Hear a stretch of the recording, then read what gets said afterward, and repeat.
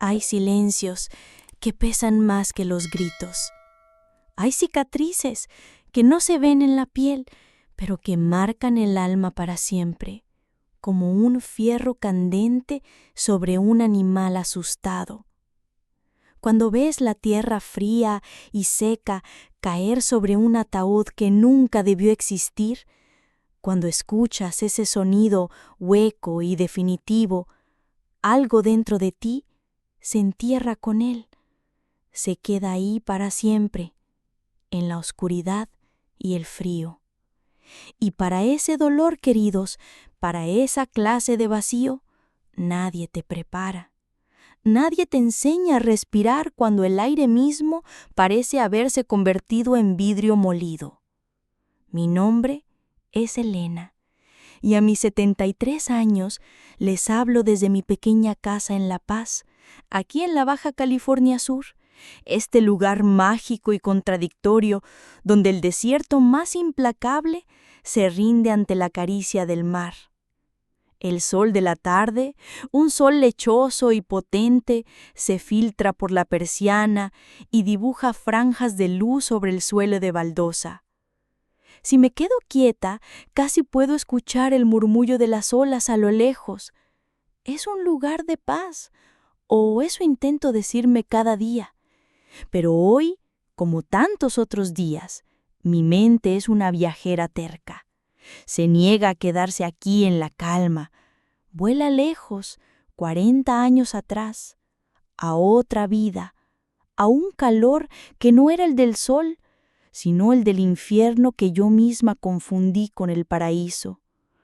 Voy a compartir con ustedes la historia de un amor que nació como una promesa de cielos abiertos y se convirtió en una condena de paredes que se encogen, una historia de sueños bordados con hilos de oro que terminaron deshechos, convertidos en harapos, pero también, y esto es lo más importante que quiero que escuchen, es la historia del descubrimiento de una fuerza que yo no sabía que habitaba en mí, la fuerza de una leona, esa furia primitiva y sagrada que solo conoce una madre cuando tiene que luchar por la vida de su cachorro. Nací en 1960, en la colonia industrial de Monterrey. En aquellos años, la ciudad entera olía a trabajo, a metal fundido, al sudor de hombres que construían un país con sus propias manos. El aire tenía un sabor a carbón y a futuro. Mi padre, que en paz descanse, era uno de esos hombres, un obrero de la fundidora, de pocas palabras y manos tan callosas que parecían talladas en madera. Salía de casa cuando el cielo apenas dejaba de ser negro y regresaba cuando la luna ya estaba alta, con el cansancio pegado a los huesos. Mi madre era el contrapunto, un alma dulce, pero con una tenacidad de acero, una costurera que hacía magia con una máquina de coser Singer que pedaleaba con una energía inagotable. Fue ella quien puso en mis manos mi primera aguja, mi primer dedal. «Mija», me decía su voz suave mientras yo luchaba con un dobladillo torcido, «aprende bien este oficio, respétalo. Unas manos que saben coser, que saben crear y remendar, jamás tendrán que pedir limosna». Y cuánta razón tenía.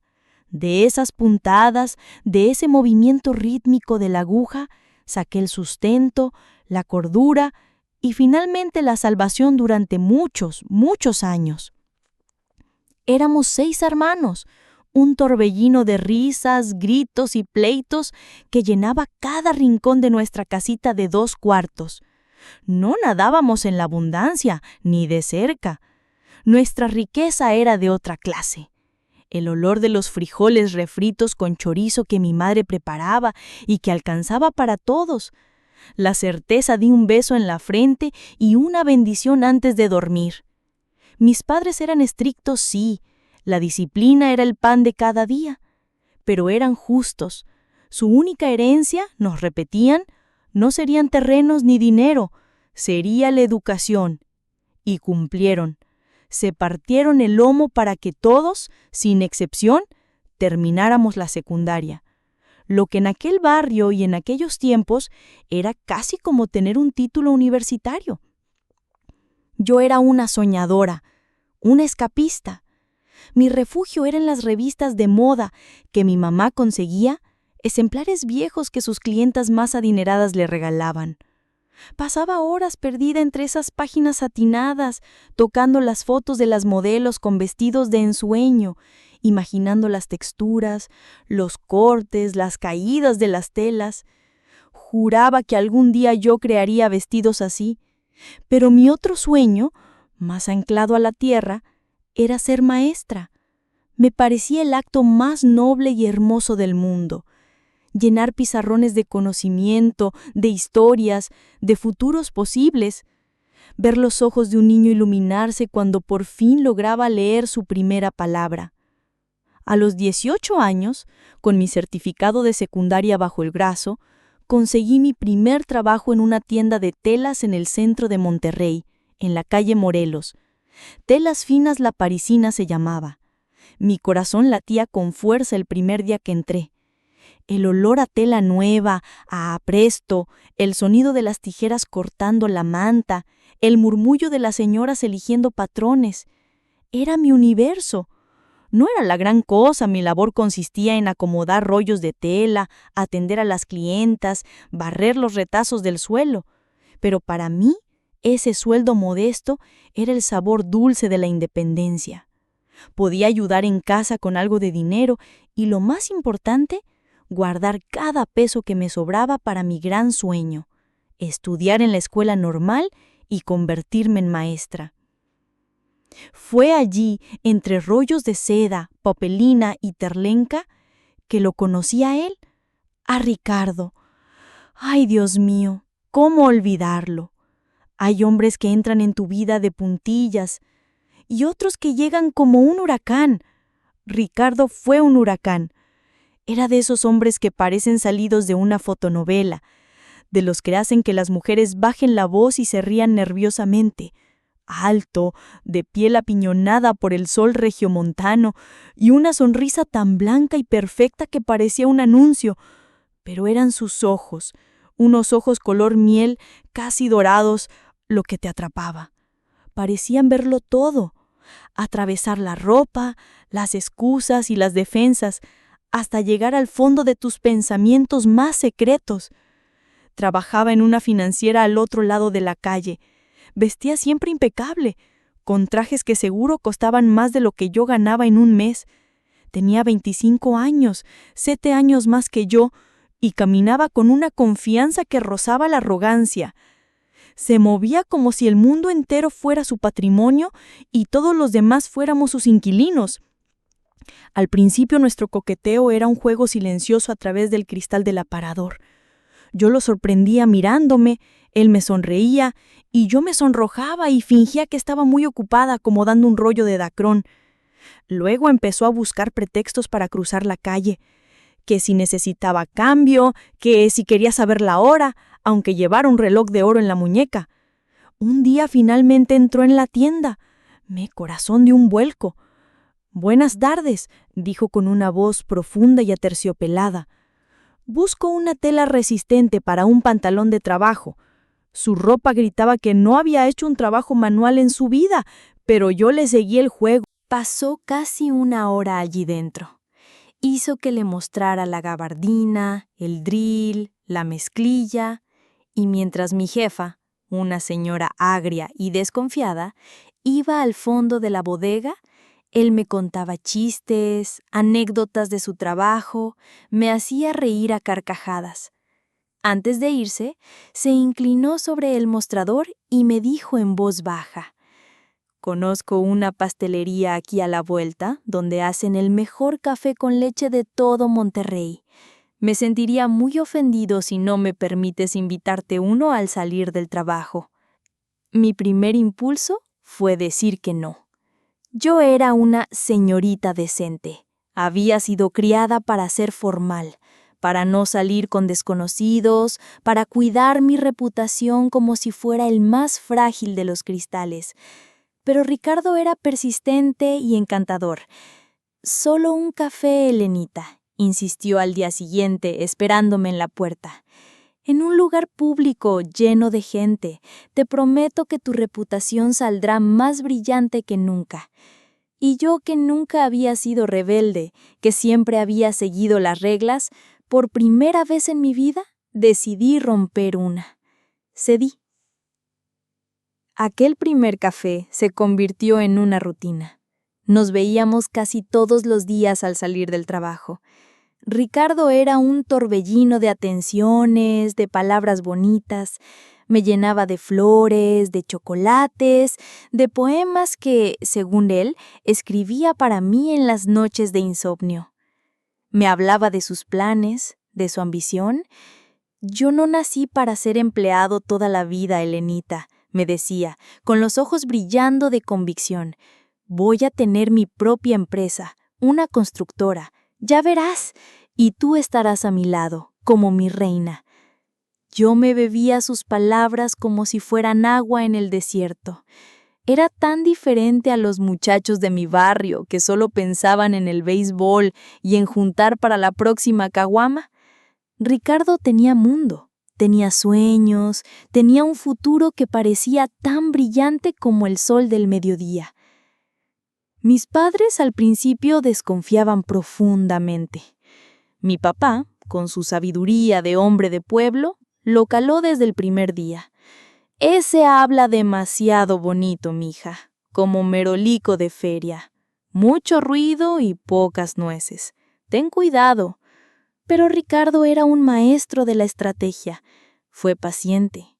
Se los fue ganando poco a poco, con detalles cuidadosamente calculados. Aparecía en casa los domingos con el pan dulce favorito de mi mamá o con una botella de buen tequila para mi padre.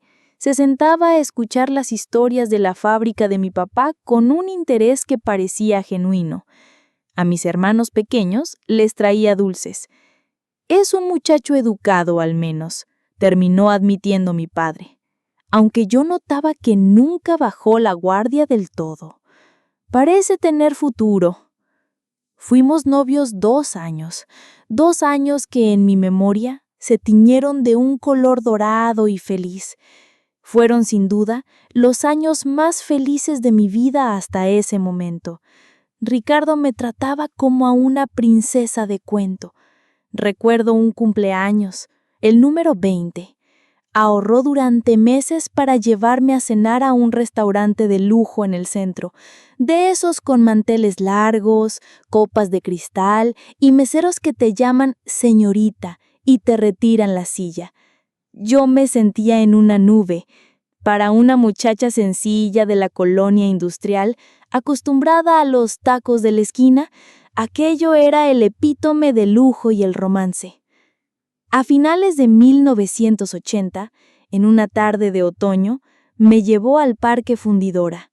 El sol se estaba poniendo y pintaba de naranja los restos de aquel gigante de acero.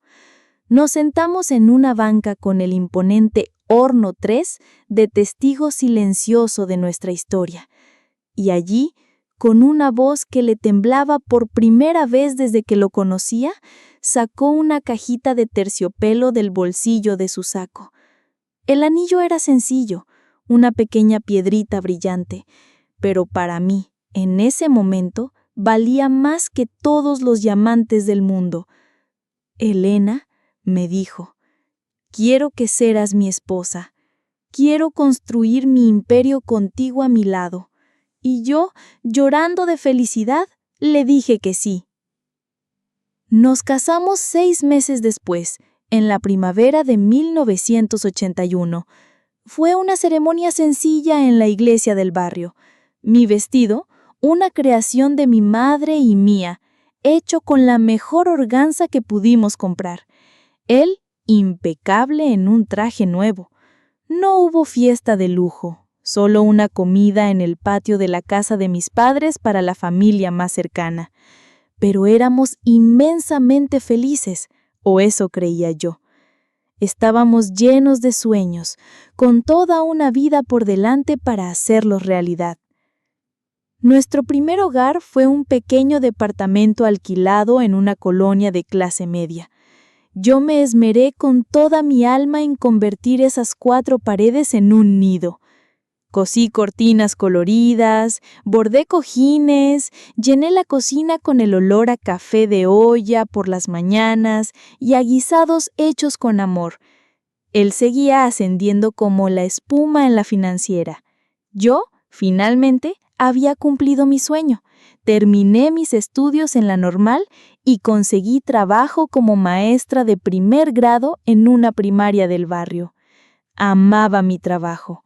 Amaba la energía de los niños, su curiosidad infinita, la forma en que sus caritas se iluminaban con cada nueva letra que aprendían a trazar.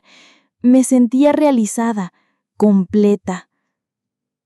Los primeros meses de nuestro matrimonio fueron una extensión de nuestro noviazgo, una luna de miel prolongada. Ricardo llegaba del trabajo, me abrazaba por la cintura mientras yo cocinaba, me preguntaba por mi día, me contaba los suyos. Los fines de semana paseábamos, íbamos al cine, hacíamos planes, pero como una nube de tormenta que se forma en el horizonte, casi sin darte cuenta, con una lentitud perversa, las cosas empezaron a cambiar. Fue tan sutil, tan gradual, que al principio ni siquiera lo noté. Es como esa historia que cuentan de la rana en la olla de agua.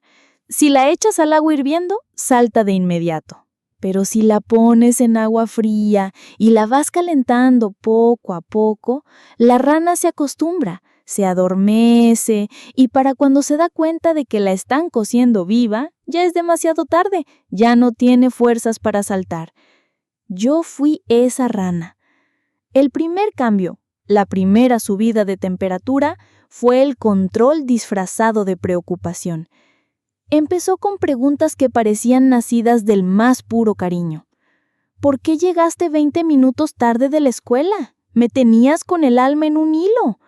Yo le explicaba que me había quedado hablando con la mamá de un alumno, y él asentía, pero con un dejo de reproche en la mirada. Para la otra, avísame, mi amor. Uno nunca sabe con la inseguridad. Y yo pensaba, qué lindo, cómo se preocupa por mí. Luego la temperatura subió otro grado con el tema del dinero. Mi amor, para que podamos ahorrar más eficientemente para nuestra casa, ¿por qué no juntamos nuestros sueldos en una sola cuenta? Somos un matrimonio, uno solo. Lo mío es tuyo y lo tuyo es mío. Pareció una idea lógica, un símbolo de nuestra unión. Abrimos la cuenta conjunta, pero pronto esa cuenta se convirtió en su herramienta de control. Cada peso que yo gastaba era sometido a un interrogatorio. ¿Otro corte de tela, Elenita? ¿De verdad lo necesitabas? ¿Ese labial no es un poco caro? ¿Por qué gastamos tanto en el supermercado esta semana? Siempre había una justificación razonable. Es por nuestro futuro, mi vida, para darle lo mejor a nuestros hijos. Y yo me lo creía. Pensaba que era prudencia, no control. Después subió otro grado con mi apariencia. Mi ropa. ¿Esa falda no está un poco corta para una maestra? No quiero que los padres de tus alumnos piensen mal de ti o te falten al respeto. ¿Ese escote no es muy pronunciado? Eres una mujer casada, mi amor. Tienes que darte a respetar. Y yo, en mi estúpida inocencia, en mi afán por complacerlo, por ser la esposa perfecta, cambié mi forma de vestir. Guardé las faldas que me gustaban, dejé de usar los colores vivos. Creía que él se preocupaba por mi reputación, por nuestra imagen como pareja. No me daba cuenta de que, lentamente, me estaba borrando, me estaba moldeando a su gusto, convirtiéndome en una sombra gris y obediente de la mujer que yo era. Las visitas a mi familia, el ancla más importante de mi vida, también se fueron espaciando. La temperatura de la olla subía sin cesar. Siempre había una excusa perfecta. Estaba muy cansado después de una semana pesada. Teníamos que aprovechar el domingo para descansar juntos. Mi padre había hecho un comentario que, según él, lo había ofendido. Mi madre se metía demasiado en nuestras vidas. Poco a poco, con una estrategia perversa, me fue aislando de mi red de apoyo. Las visitas semanales se convirtieron en quincenales, luego mensuales y finalmente solo para ocasiones especiales como Navidad o un cumpleaños. Nosotros somos nuestra propia familia, mi amor. Necesitamos construir nuestras propias tradiciones, decía con una lógica que parecía irrefutable. Al cumplir nuestro primer año de casados, nos mudamos. Le ofrecieron un puesto gerencial en una sucursal en Saltillo. Era una gran oportunidad que no podíamos rechazar. El sueldo era mucho mejor, el puesto tenía más prestigio. El hecho de que estuviera a más de 1 hora de distancia de mi escuela y de mi familia era, según él, un pequeño sacrificio por nuestro bienestar. Fue entonces cuando empezó a tejer la idea de que yo dejara de trabajar. Mi amor, mira qué cansada llegas todos los días, y con lo que gastas en el transporte y en comer fuera, tu sueldo casi se va completo. Ya no lo necesitas. Yo puedo mantenernos perfectamente bien. Dedícate a la casa, a tenérmela bonita, a esperarme con la cena lista. Yo me resistí con todas mis fuerzas. Amaba mi trabajo, amaba mi vocación. Ser maestra era parte de mi identidad. Pero la presión se volvió insoportable. Llamaba a la escuela varias veces al día para ver si estaba bien. Mis colegas comenzaron a mirarme con una mezcla de lástima y extrañeza. La directora, doña Isabel, una mujer de gran corazón y una mirada sabia que parecía ver más allá de las palabras, me llamó a su oficina un día. ¿Todo bien en casa, Elena? Tu marido parece muy intenso. Yo, con la cara ardiendo de vergüenza, repetí la misma mentira. Es que me cuida mucho, doña Isabel. Es muy protector. Ella no pareció convencida. Me miró largamente y me dijo unas palabras que se quedarían grabadas en mi memoria. Recuerda que esta escuela es tu casa también. Las puertas siempre estarán abiertas para ti, para lo que sea. Fue en ese tiempo, en medio de esa tensión creciente, que quedé embarazada. La noticia fue como un bálsamo, un rayo de esperanza. Un hijo, pensé con toda la fe de mi corazón, lo cambiará todo. Ablandará su corazón, nos unirá para siempre. Y por un tiempo, durante el embarazo, la ilusión pareció volverse realidad. Ricardo volvió a ser o a fingir ser el hombre atento y cariñoso del que me enamoré. Me cuidaba, me consentía, le hablaba a mi vientre. Ahora sí, con más razón tienes que dejar ese trabajo, me dijo un día con una ternura que me desarmó por completo.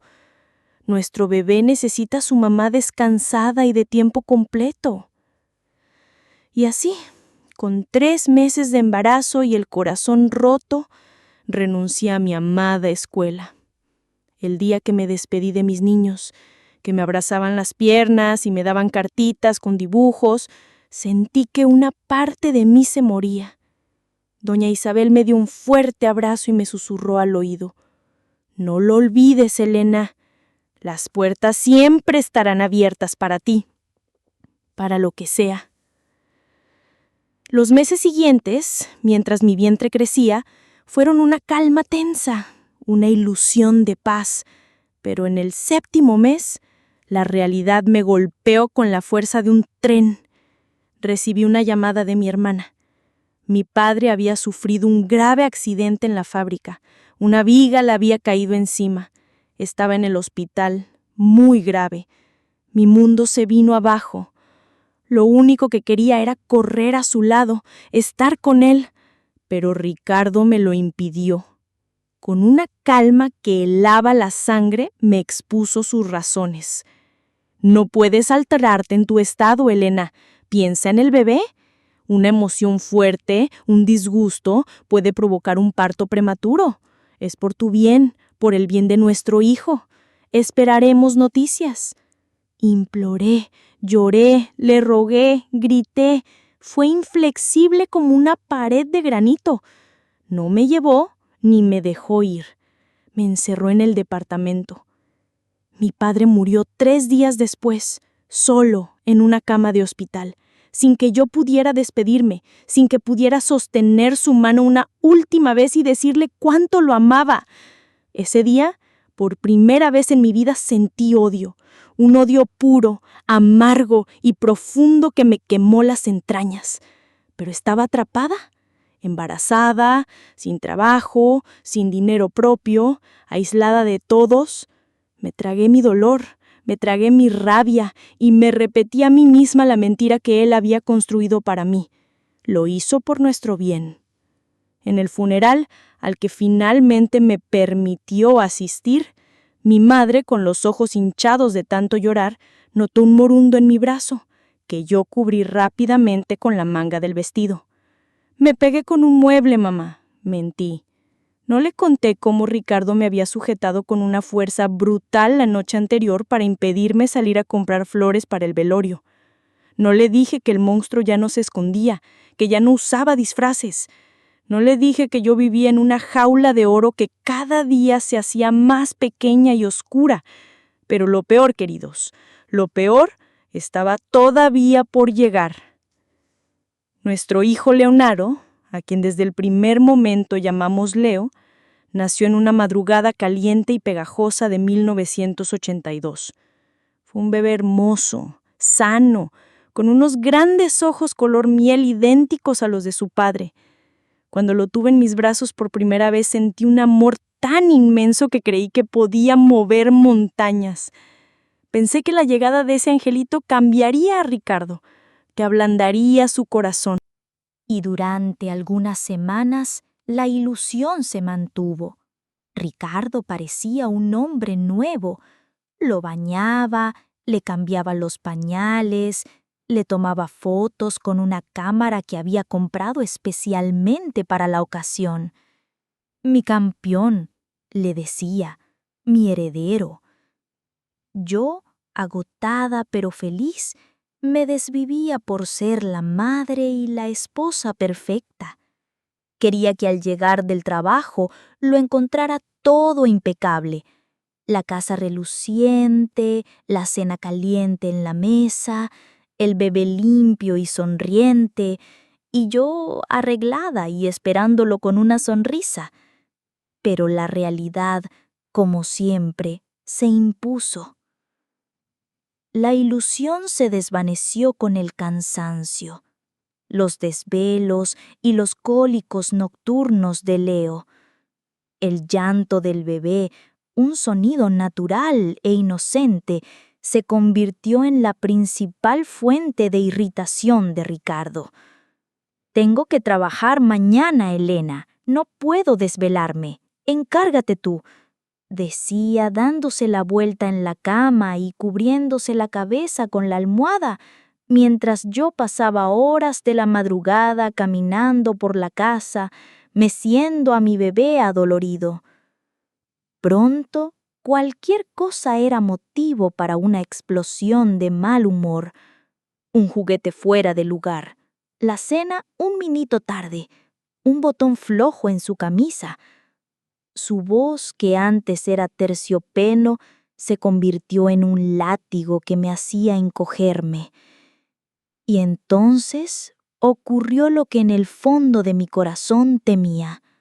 La violencia, que hasta entonces se había limitado a mí, encontró un nuevo blanco. Leo, que apenas tenía 8 meses y empezaba a gatear con una curiosidad insaciable, en una de sus exploraciones tiró accidentalmente un vaso de agua que estaba en una mesita baja. Ricardo, que veía un partido de fútbol en la televisión, se levantó de un salto, con el rostro desfigurado por la rabia, y le dio una nalgada. Pero no fue una nalgada para corregir, fue un golpe, un manotazo seco y brutal que dejó la marca de sus 5 dedos en la piel suave de mi bebé. El llanto de Leo, un llanto agudo de dolor y susto, fue como si me clavaran una daga en el pecho. «Es solo un bebé, no sabe lo que hace», grité corriendo a protegerlo. «Pues tiene que aprender que las cosas cuestan», me respondió empujándome para que no lo levantara. Esa noche, mientras Ricardo roncaba con mi hijo dormido en mis brazos, supe que tenía que huir. Ya no se trataba de mí, se trataba de la seguridad de mi hijo. Empecé a planear mi escape en secreto. Ahorraba a escondidas cada peso que podía del gasto del supermercado, guardándolo en una vieja lata de galletas en el fondo del closet. Pero la violencia solo escaló. Las nalgadas para corregir se convirtieron en la norma por cualquier cosa. Si Leo tiraba la comida, si hacía ruido mientras Ricardo leía el periódico, si lloraba cuando no quería que lo cargara. «Este niño te va a manipular si lo dejas. Hay que enseñarle quién manda desde chiquito». Comencé a notar con un dolor que me partía el alma que mi Leo, mi bebé, que antes era todo risas, se quedaba tieso y en silencio cada vez que su padre entraba en la habitación. Con apenas 1 año de vida, ya había aprendido a tener miedo. La pesadilla alcanzó su clímax, su punto más oscuro y aterrador, un domingo por la tarde. Leo tenía un poco de fiebre por la dentición y estaba más llorón y irritable de lo normal. El llanto incesante de mi hijo fue como echarle gasolina al fuego del mal humor de Ricardo. Después de gritarle varias veces que se callara, explotó de una forma que nunca había visto. «Ya no aguanto más a este niño chillón. Te juro que hoy le voy a enseñar a callarse de una vez por todas». Lo que siguió fue una escena de una crueldad inimaginable. Lo golpeó allí mismo, en su cuna, mientras Leo gritaba de terror. Yo me lancé sobre mi hijo para protegerlo con mi cuerpo, recibiendo golpes que iban dirigidos a él, en la espalda, en los brazos, en la cabeza. «Basta, por favor, basta, lo vas a matar», gritaba yo fuera de mí, con la voz rota por el llanto y el terror. Cuando finalmente paró, con la respiración agitada y los ojos inyectados en sangre, agarró a Leo de la cuna con una brusquedad animal. «Lo que le hace falta a este mocoso es un buen baño de agua fría para que se le baje el berrinche y aprenda». Y se encerró con él en el baño. Escuché la llave de la regadera abrirse. El llanto de Leo, un llanto desesperado, de pánico puro. Y de repente, silencio. Un silencio anatural, absoluto, más aterrador que cualquier grito. Arrastrándome con el cuerpo molido de golpes y el alma hecha pedazos, logré llegar al teléfono de la sala. Mis dedos temblaban tanto que apenas podía marcar los números. Solo había una persona en el mundo en quien podía pensar, una sola luz en mi obscuridad. Marqué el número que sabía de memoria, el de doña Isabel, mi antigua directora. Su voz tranquila sonó al otro lado de la línea. «Doña Isabel», logré susurrar con un hilo de voz. «Ayúdeme, por favor. Va a matar a mi hijo». Solté el teléfono que quedó colgando y golpeando contra la pared. Del baño llegó un sonido que me heló la sangre y me detuvo el corazón. Un chapoteo, un forcejeo, un gorgoteo ahogado. No sé de dónde saqué las fuerzas. Me levanté como impulsada por un resorte y corrí. La escena que vi al abrir de golpe la puerta del baño es una fotografía grabada con fuego en mi cerebro, una imagen que me perseguirá en mis pesadillas hasta el día de mi muerte. Ricardo estaba inclinado sobre la bañera, sosteniendo el cuerpecito de nuestro hijo bajo el agua. Los pequeños bracitos de Leo se agitaban débilmente, sus ojos estaban desorbitados de terror y de su boquita escapaban los últimos burbujas de aire. Un grito animal, primitivo, salió de lo más profundo de mi garganta. No pensé, actué. Mi instinto de madre tomó el control de mi cuerpo. Agarré lo primero que encontré a mi alcance, un frasco de perfume de vidrio pesado que estaba en el lavabo, y se lo estrellé en la cabeza con toda la furia de una vida de humillaciones y miedo. Él se tambaleó hacia atrás, aturdido, con una expresión de sorpresa, soltando a Leo. Metí los brazos en el agua helada y saqué a mi niño. Estaba morado, inerte, su cuerpecito no se movía. Lo puse en el suelo, desesperada, y empecé a darle palmadas en la espalda, a soplarle en la boca, gritando su nombre. Finalmente, después de una eternidad que duró segundos, tosió, vomitando una gran cantidad de agua, y soltó un llanto débil, ronco, el sonido más hermoso que he escuchado en toda mi vida. Estaba vivo. «¡Estás loca! ¿Qué has hecho?», gritó Ricardo, llevándose la mano a la cabeza de donde empezaba a brotar sangre. En ese preciso instante se escucharon sirenas acercándose a toda velocidad y segundos después golpes furiosos en la puerta de entrada. «¡Policía! ¡Abran la puerta!». Doña Isabel no solo había entendido la urgencia de mi súplica, había actuado con la velocidad y la decisión de un general. La puerta del departamento se vino abajo por la fuerza de los policías. 2 uniformados entraron con las armas en la mano y detrás de ellos, como un ángel vengador, estaba mi jefa, mi salvadora, doña Isabel, cuyo rostro se desfiguró por completo de horror al ver la escena.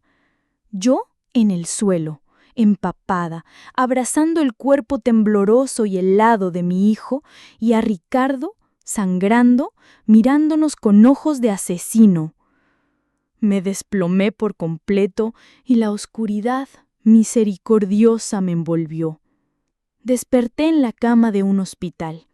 Mi cuerpo era un mapa de dolores, de moretones, de vendajes, pero mi único pensamiento, mi única y obsesiva pregunta era por Leo. Una enfermera, de rostro amable, intentó calmarme. Me dijo que el médico vendría a hablar conmigo, pero yo insistí con la terquedad de una mula hasta que cedió. Mi hijo estaba en terapia intensiva pediátrica, estable, pero con complicaciones.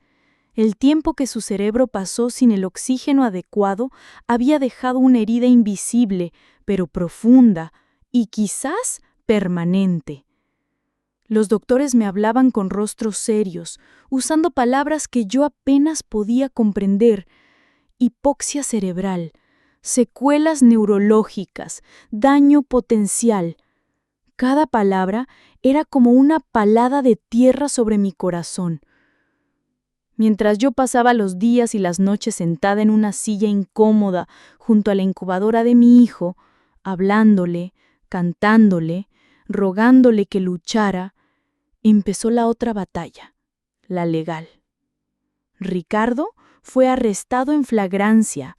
La evidencia era abrumadora. Mis lesiones, el estado de mi hijo, el testimonio de los policías y de doña Isabel. Su defensa intentó pintarme como una mujer histérica, una madre inestable que lo había provocado hasta el límite. Pero las marcas en mi cuerpo y el cerebro dañado de mi hijo contaban la verdadera historia. Fue condenado por intento de homicidio y violencia familiar. Recibió una sentencia que para mí pareció una burla ante el daño irreparable que había causado. Cuando finalmente, después de semanas de angustia, le dieron el alta a Leo, no teníamos a dónde ir. Nuestro departamento ahora era la escena de un crimen, sellado por la policía. Estaba sola, sin un peso y con un hijo que necesitaría cuidados especiales por el resto de su vida. y fue doña Isabel quien una vez más nos salvó de la nada. Tengo una hermana que dirige una pequeña escuela privada en Oaxaca. Necesita una asistente administrativa. Es un lugar tranquilo, lejos de todo esto.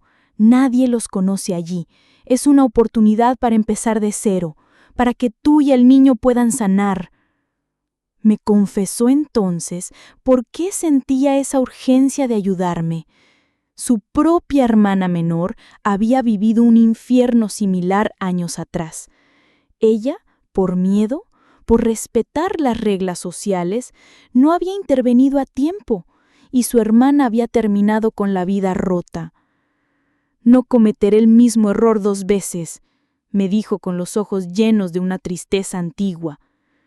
Nadie merece vivir con miedo, Elena. En menos de un mes, con la ayuda económica y logística de esa mujer increíble, huimos. Dejamos atrás Monterrey, el polvo, el acero, los fantasmas. Dejamos atrás nuestro apellido, nuestra vida. Nos subimos a un autobús con 2 maletas y el corazón lleno de miedo y una pequeña semilla de esperanza. Nos convertimos en Laura y Daniel Herrera, madre e hijo buscando un nuevo comienzo en la tierra verde y mágica de Oaxaca. Los años que siguieron fueron una batalla silenciosa, una maratón constante. La vida de Daniel, mi amado Leo, se convirtió en un ir y venir de consultorios y salas de terapia, fisioterapia para enseñarle a sus músculos a obedecer de nuevo las órdenes de su cerebro herido, terapia de lenguaje para desatar las palabras que el trauma había encarcelado, terapia ocupacional para reaprender los gestos más simples. Cada pequeño progreso, cada palabra balbuceada con esfuerzo, cada paso tambaleante pero victorioso, era una fiesta que celebrábamos con lágrimas de alegría. Conseguí el trabajo de asistente en la escuela de la hermana de doña Isabel, una mujer tan bondadosa como ella. Alquilamos un cuarto humilde en una vecindad del centro, un cuarto humilde pero lleno de sol y del sonido de los niños jugando en el patio. Mi hijo creció rodeado de la calidez de la gente oaxaqueña, de los colores vibrantes de sus mercados, del olor a mole y a chocolate. Enfrentó desafíos enormes, sí. Su aprendizaje era más lento, le costaba trabajo socializar, pero descubrimos en él un don, un refugio, un lenguaje propio, el arte.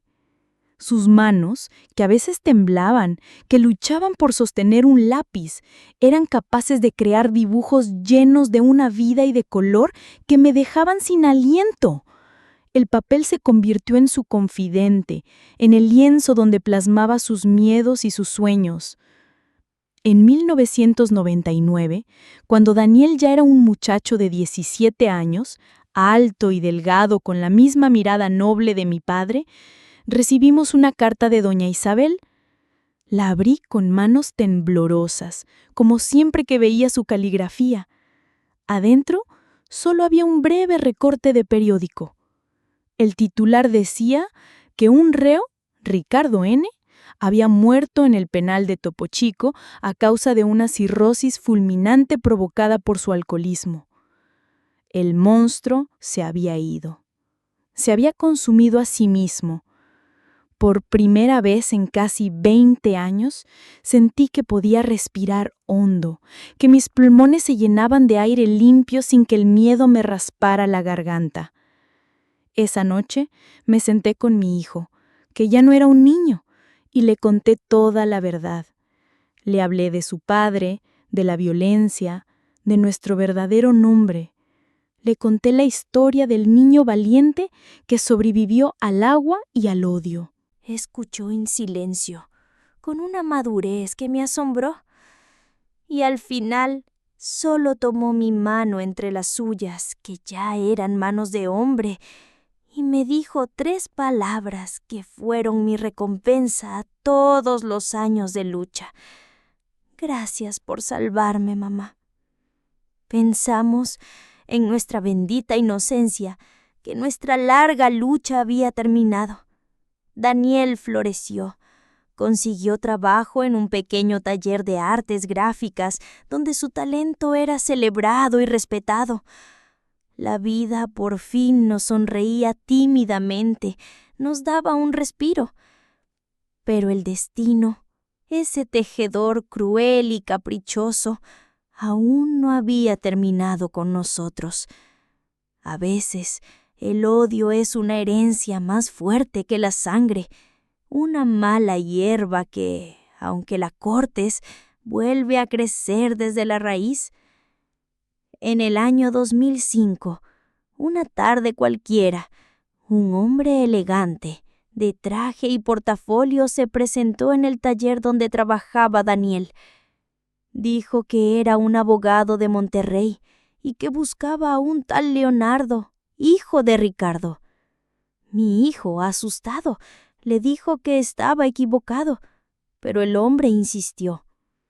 Se presentó como Arturo, el hermano menor de Ricardo. Un hermano que yo apenas recordaba. Siempre había estado a la sombra del mayor. Mi hermano, antes de morir, dejó un testamento, dijo el hombre con una sonrisa fría que no le llegaba a los ojos. Y su único hijo, Leonardo, es el heredero universal de sus bienes. Llevo años buscándolos. El mundo, que por fin parecía haberse asentado bajo mis pies, volvió a temblar. El pánico, ese viejo conocido, volvió a instalarse en mi pecho. Le dije a Daniel que no aceptara nada, que era una trampa. Me llamó, insistió en que nos viéramos. «Solo quiero conocer a mi sobrino», decía su voz melosa por el teléfono. «Quiero reparar en la medida de lo posible el daño que mi hermano les causó». Y yo, estúpidamente, caí en la trampa. Acepté verme con él en un café del centro, pensando que podría convencerlo de que nos dejara en paz. Mientras él me entretenía con falsas promesas y lamentos, su hijo Javier, que resultó ser una copia más joven y cruel de Ricardo, fue a nuestro departamento. Intentó llevarse a Daniel por la fuerza. Mi hijo se defendió, pero Javier lo golpeó brutalmente en la cabeza con un objeto pesado y lo secuestró, dejándolo inconsciente. Cuando llegué a casa después de esa reunión infructuosa y vi la puerta forzada, los muebles volcados y un charco de sangre en el suelo, supe que la pesadilla no había vuelto. En realidad nunca se había ido, solo había estado dormida, esperando. Nos secuestraron y nos llevaron a un rancho abandonado en la sierra de Oaxaca, un lugar olvidado de la mano de Dios. Arturo estaba irreconocible, transformado por el odio y el resentimiento que había acumulado durante años. Nos culpaba de todo, de la deshonra de su hermano, de su muerte en la cárcel, de haberle robado a su sobrino. «Ustedes destruyeron a mi familia», gritaba con los ojos inyectados de sangre. «Ahora van a pagar por cada lágrima que mi madre derramó». Logramos escapar de milagro en una noche de tormenta que parecía enviada por el cielo. Aprovechando un descuido, logré golpear a Javier y salimos corriendo hacia el monte. Daniel estaba malherido, casi no podía caminar. Yo prácticamente lo arrastraba. Escuchábamos los gritos de Arturo y los disparos de sus rifles, cuyas balas silbando a nuestro lado en la oscuridad. Un viejo campesino que volvía tarde a su casa nos encontró en el camino, empapados, cubiertos de lodo y sangre. Sin hacer preguntas, nos subió a su camioneta destartalada y nos llevó al hospital más cercano en un pueblo pequeño. Daniel estaba grave. El golpe en la cabeza le había provocado una hemorragia interna. Necesitaba ser operado de urgencia y mientras él luchaba por su vida en un quirófano, la pesadilla nos alcanzó de nuevo. Fue un caos. Las alarmas sonaron, los médicos corrían. Mi hijo convulsionaba. Lograron estabilizarlo, pero el veneno, sumado al traumatismo craneal, había causado un daño inmenso, catastrófico. Arturo escapó, y yo supe en ese momento que no se detendría hasta vernos muertos. Fue entonces, en la más profunda de las desesperaciones, en la oscuridad de esa madrugada de hospital, que tomé la decisión más drástica y dolorosa de mi vida. Con la ayuda, una última vez, de mi ángel guardián, doña Isabel, y sus increíbles contactos, orquestamos una farsa. Fingimos la muerte de Daniel a causa de las complicaciones. Conseguimos un certificado de defunción falso. Organizamos un traslado en una ambulancia privada a un supuesto hospital de alta especialidad en la Ciudad de México. Y en lugar de eso, desaparecimos del mapa para siempre. Para el mundo, para nuestros enemigos, Daniel Herrera estaba muerto y enterrado. Nuestra nueva vida, nuestro último refugio, nos llevó al fin de la tierra, a la paz, aquí en la Baja California Sur. Llegamos con nuevas identidades, los últimos nombres que usaríamos, Teresa y Ángel. Mi hijo, mi guerrero incansable, tuvo que empezar de cero una vez más, y esta vez desde un lugar mucho más oscuro. Las secuelas del ataque fueron devastadoras. Perdió parte de la movilidad de su lado derecho. Su hablar se volvió lento, arrastrado, cada palabra un esfuerzo titánico. Su memoria a corto plazo quedó dañada, pero su espíritu, su increíble y testarudo espíritu se negó a rendirse. Con una paciencia infinita, con una fuerza de voluntad que me avergonzaba de mis propios momentos de debilidad, luchó. Y aquí, en el calor seco de la paz, bajo un cielo casi siempre azul, la vida, milagrosamente, contra todo pronóstico, volvió a florecer. Mi hijo, mi ángel, conoció a Sofía, una maravillosa maestra de arte local que tuvo la capacidad de ver más allá de las cicatrices, del bastón, del habla lenta. Ella vio al hombre increíble que había detrás, al artista, al sobreviviente. Se enamoraron con un amor sereno, maduro. Se casaron en una ceremonia sencilla en la playa, al atardecer, y me dieron el regalo más grande de mi vida, 2 nietos, Valentina y Mateo.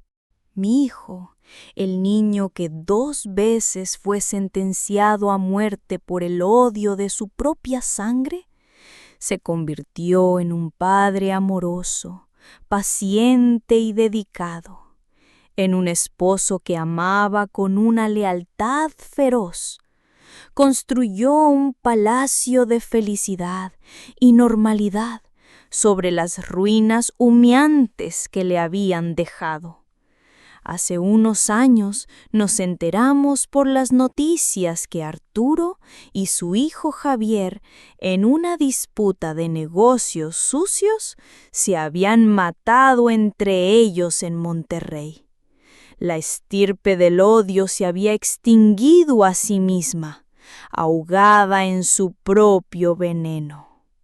Mi hijo, mi amado Leo, mi valiente Daniel, mi pacífico Ángel, finalmente encontró el descanso definitivo el año pasado.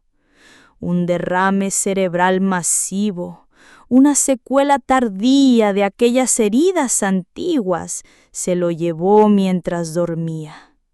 Tenía 41 años. Se fue en paz, sin sufrimiento. Se fue dejando atrás un legado de amor y una lección de resiliencia que desafía toda comprensión. Y es por él, por la memoria de mi guerrero, que hoy les cuento esta larga y dolorosa historia.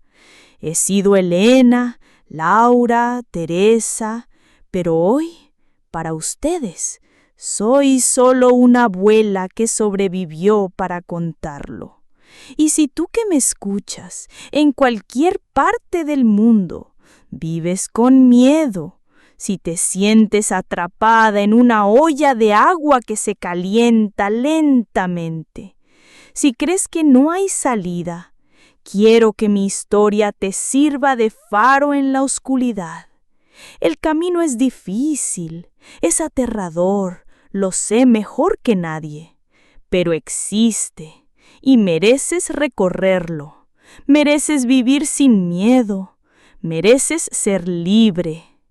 Ahora, cuando miro a mis nietos que juegan ahí fuera, con la risa fácil y la inocencia intacta, veo la prueba irrefutable de que, de alguna manera, a pesar de todo, vencimos. Las cicatrices nunca se irán del todo. Son parte de lo que soy. Pero el amor, al final, fue más fuerte, más terco y más duradero que el odio.